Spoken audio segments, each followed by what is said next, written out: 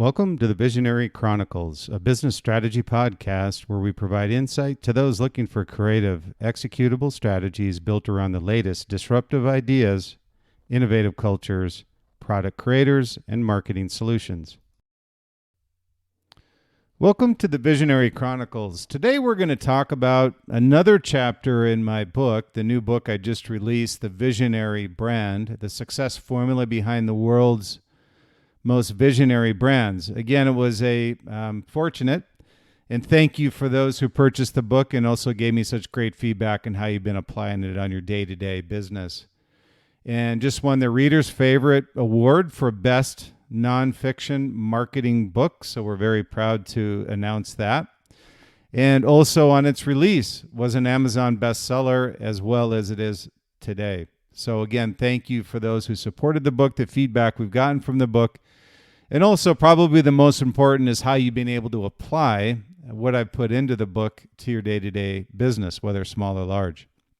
And I usually like to start out these podcasts. In this case, it's the Visionary Brand. I'm going to talk about what I call the Power Triad, the product, marketing, and sales triad, and how they work together in order to assure a brand continues to stay visionary, and how a brand utilizes this power triad in order to be generational. So I love a quote from Steve. I always say Steve, but those that have known me know it's Steve Jobs. And Steve says, marketing is about values. It's a complicated and noisy world, and we won't get a chance to get people to remember much about us. So we have to be really clear about what we want them to know about us. And really what Steve is saying is it's incumbent on the brand to ensure that your community knows what you stand for, that those that follow you know what you stand for. So in order to do that, it's really driven by a vision. And that vision is really the bloodline, what I call this bloodline of the brand. And those that are in control of the future of that brand is what I classify as the power triad. It's not the leader of the brand. It's the people inside the brand that have been given the vision and told to execute that vision. Not only from the idea stage, but the ideas, as I say, the ideas is only as good, or a concept is only as good as your ability to take it from page to marketplace. So a concept is really just an idea. And I often say, working with so many designers over the year and so many brands through myself personally, as well as with Liquid Mind, probably the most frustrating designers that I know of are concept car designers. Because so few, when I've been in the concept car showrooms of Lamborghini and Ferrari, it's just amazing to see these designs on the board and to not see these visions being realized. Now, I will tell you that Lamborghini and Ferrari come the closest to bringing this vision to reality. Others don't even come close. And what I'm referring to there is our traditional car brands. Why they even try to go with concepts is beyond me, because it just creates frustration with the design room. So when we look at this, it's really the bloodline of the brand. And the bloodline of the brand is not the ideas. It's the fact that you're bringing these ideas to reality in life and people use them on a day-to-day basis. So this quote from Steve rings very true today. You know, in our world today, we must provide value-anchored brand principles that trickle down to all of the team members and then also the community. And what I mean by that is that when we look at the internals of a brand, the culture, this culture of the brand, that the bloodline and the vision of the brand is driven from the top, and this passion for the vision is driven through the team members of the brand, and the bloodline through products, through marketing, through what you say and what you do as a brand is driven internally. And externally, your loyal followers, the community, are the ones that adopt the brand and build brand equity and brand loyalty. Loyalty to have lifetime customer value, and loyalty to purchase whatever else is coming down the pipeline. So you want to make sure this trickle-down effect to the team members in the community is always consistent. It's always genuine. It's always authentic. It's really effectively, again, the bloodline. You know, the voices of this community communicate the brand and what you stand for in the world stage where few exist and even fewer thrive. And we all know the numbers.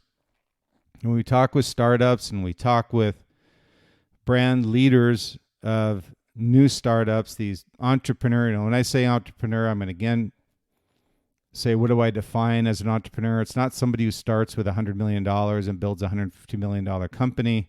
That's just an incremental revenue growth with no risk. It's really someone that has everything at risk. An entrepreneur starts with nothing and makes something of value that others want to purchase. So there's a really different context, and obviously I'm very sensitive with that, having been one myself, having built an apparel company, ran it for 10 years, and then selling it to a VC.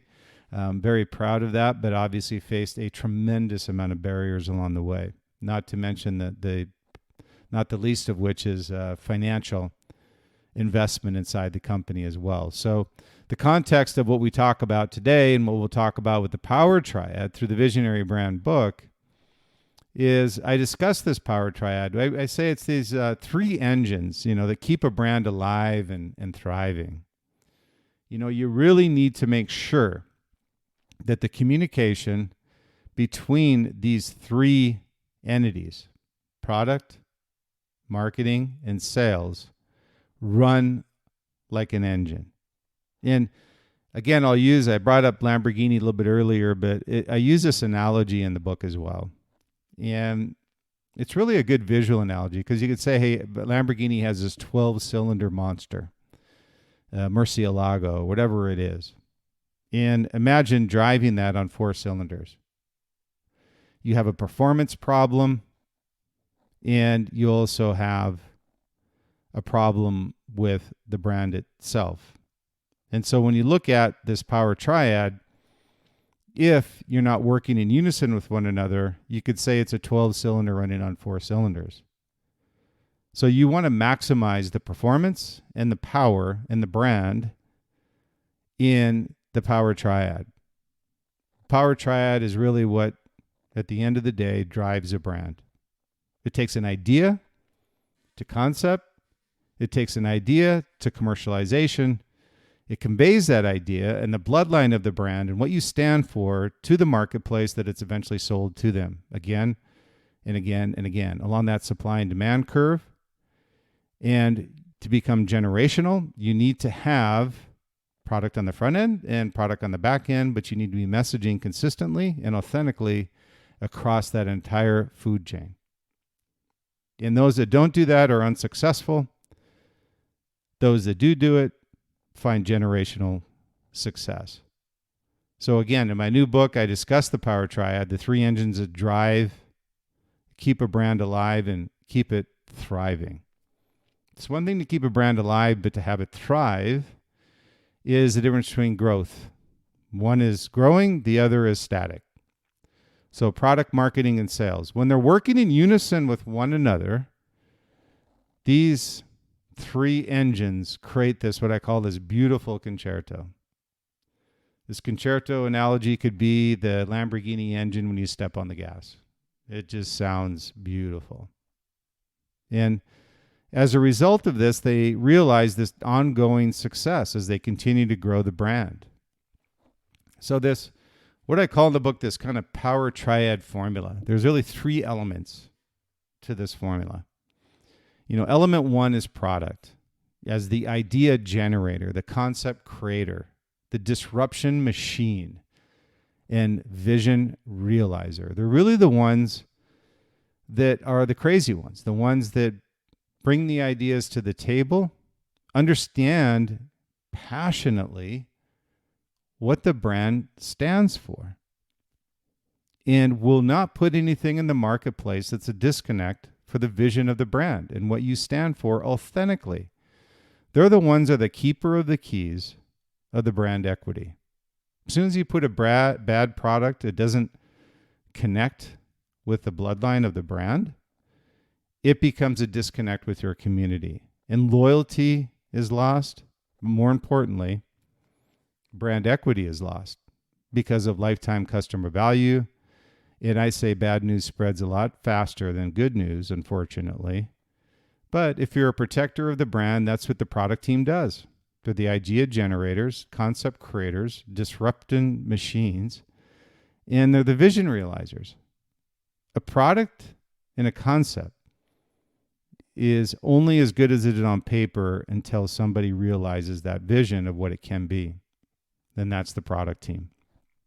And element number two is marketing as the vision translator, the bloodline connector, and the bridge builder between product and sales in your community. They're the messenger of the brand. They're the keeper of the brand. The product team gives them what they expect the brand to be. They need to translate that vision to the marketplace and ensure that it connects into the veins of the brand bloodline and building that bridge between product and sales. It's critical and integral that these three work together in unison, but in that path. As soon as you jump over each other, and let's just use an example. I'll just use a quick example, and I have this as a case study in the book. Was back in the day when Under Armour was building football cleats. New category, obviously a great opportunity for Under Armour. And no doubt that it fit the bloodline of the brand. It fit the authentication of the brand. No doubt about that. But they weren't a footwear company at the time. They were an apparel company. And instead of allowing product to realize the vision of what the product could be, marketing had pushed too soon to bring it to market before ready. So the product was not ready, and then as a result, they lost trust, they lost brand equity that had to come about 8 to 10 years to recover from. They pulled every product off the shelf and redid it as a result of one misstep. And it really comes down to the power triad. Is you need to have a flow of product to marketing to sales. In this case, it was marketing, product, sales.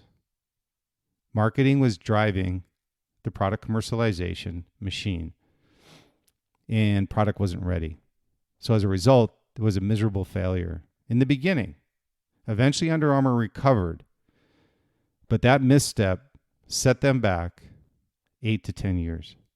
So imagine when you have this power triad, the reason that I say it's so integral, and people look at it and go, well, that's a pretty simple formula. Yeah, it's a simple formula, but very few people follow the formula the way it should be driven inside their brands. So the product triad is led by product, or the power triad is led by product. It's supported by marketing and executed through sales. That's the formula, okay? And when you look at these they are independent, okay? And you'll hear these words from me as well as interdependent, independent. In this case, they're independent, but they're interdependent on one another, only able to achieve success through a combined collaboration and respect for each other's specific skill sets. I mean, that's really important. You know, if they remained independent, refusing to follow the power triad formula, they fail. And that's why I mentioned this Under Armour example. You know, if they achieve interdependence, relying on each other and following the proven formula, I've seen it over and over again, having led so many product and marketing teams. It's just a beautiful flow between product, marketing, and sales, and brands succeed, like at Oakley, like at Nike, like at Adidas. You know, when you tell the story of a product that's evolved over time through an idea and translated through marketing and executed through sales, it's a beautiful formula for success. So the product team is traditionally the visionaries. You know, they're the crazy ones. You know, they provide the ideas and realize the vision. You know, I've seen so many times where I've been very, very protective of the product team and the brands that I've been with. as well as through Liquid Mind. When I work with brands, I'm very protective of the product team because I want to keep them in their silo. I don't want them to be influenced by the outside forces of what they should do versus what they can do with the brand. They know what the brand stands for. They know the vision of the brand. And if they go out to their customer, it's fine to go out there and see what the competitors are doing, but I traditionally will not put anybody's competitors' products on the table in front of the product team. I don't want them to be influenced by anything. I love the fact that they can adapt technologies and they can put it in our brand product. I just don't want them to be influenced by anything outside of that. That can be up to the marketing team. You know, they can go out and do the competitive analysis, whatever it may be. It's the product's job to either provide a vision for revolutionizing a product or disrupting a category altogether. It's the marketing team's job to position this thing where it should be, as a breakaway product, which is disruptive and revolutionary, or as an incremental improvement. And along the supply and demand chain, you'll just see where you place your product. So the marketing team brings this reality to life, you know, giving it room to breathe. And I say room to breathe because we had this issue at Oakley, and Jim Gennard famously said in one of our meetings where he said, we're creating too many products. And so what Jim, who's the visionary that he is, said that you need to give the product time to breathe. And I always remember that from Jim, that giving the product time to breathe is imperative to success.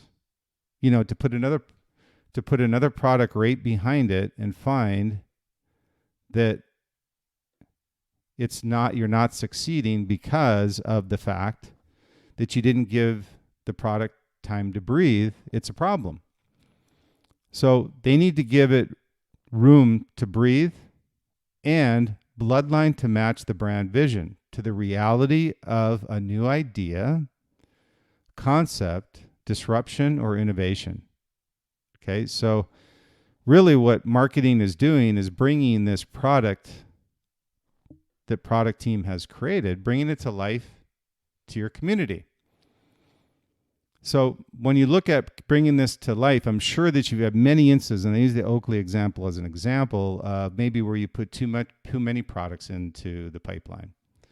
So without this breath of life, the understanding of the brand bloodline, the idea will never have life in your channel, category, or marketplace. And the concept will never see the light of day. Because there's either a disconnect between the bloodline or it's not authentic. Those are usually the two main reasons. Now, there's other ones people will talk about it, but those are usually the main reasons. You know, each piece is integral and crucial to the product's success and the brand's longevity. You know, so from product to marketing, then sales, this stepped formula, I say, and interdependence with one another is a formula for building a generational brand. Stick to it. When you put a product, don't be a one-hit wonder. Don't be a Sony Walkman. You may know they sold 200 million units, but I said this to me was a one-hit wonder that wasn't a brand that has generational success. They're a good brand, but not a great brand. So when you look at this generational brand concept, the power triad, you know, we look at finally, you know, once the idea and the vision have been realized, given life, and been aligned with the brand bloodline from idea to reality, then it's up to the sales team to execute the vision in the marketplace. That could be direct to consumer, it could be retail, it could be your stores, retail, whatever it is, but they bring that vision to the marketplace. But it's all been templated for them.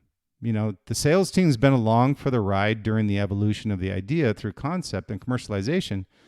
What I say is sit in the back of the room and watch this thing take shape. Understand why we did it, when we did it, where we did it, and how we did it. And then eventually marketing, breathing life into this idea and understanding these areas, and now having these what I call weapons to achieve success in the marketplace. So one thing that you want to make sure as you're moving along this power triad is all three of the power triad pieces, product, marketing, and sales, even though there's a flow to each one, marketing needs to be involved with the evolution of the product and understanding of why, how, when, and where we're doing this. And so does sales.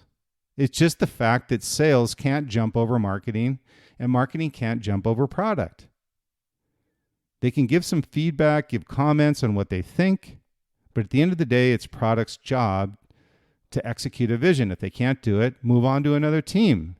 But it's product's job. It's not marketing's job to build the product. It's not sales' job to build the product. They can give feedback, but the feedback is then incorporated into concepts that product team does and brings to the marketplace.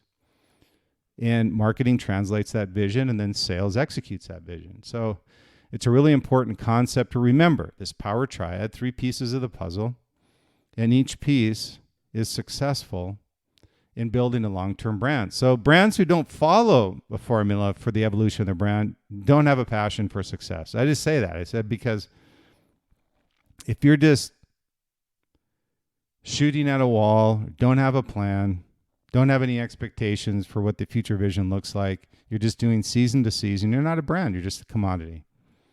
You know, the passion for success is what visionaries build into their brands and why they are a brand.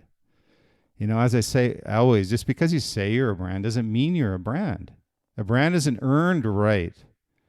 It is as much a culture as it is a product, a culture of authentication, a culture of building something consistently great.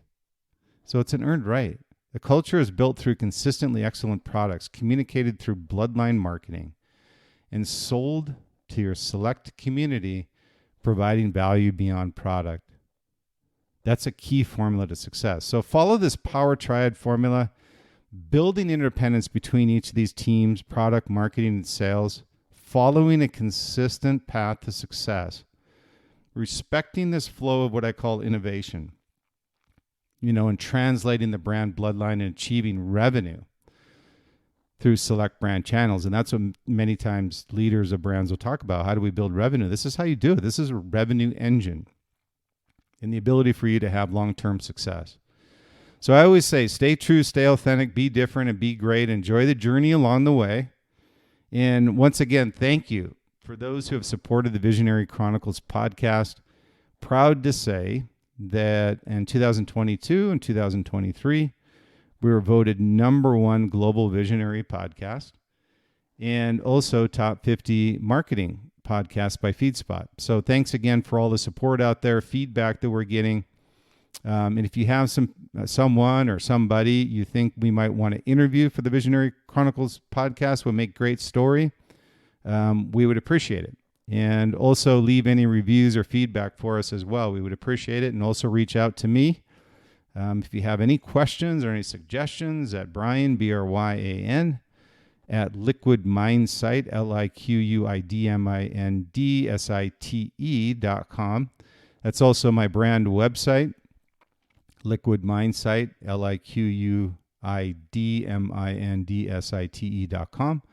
And you can reach me through the site as well. So again, thanks for the time. I really appreciate it, and we'll look forward to the next Visionary Chronicles podcast.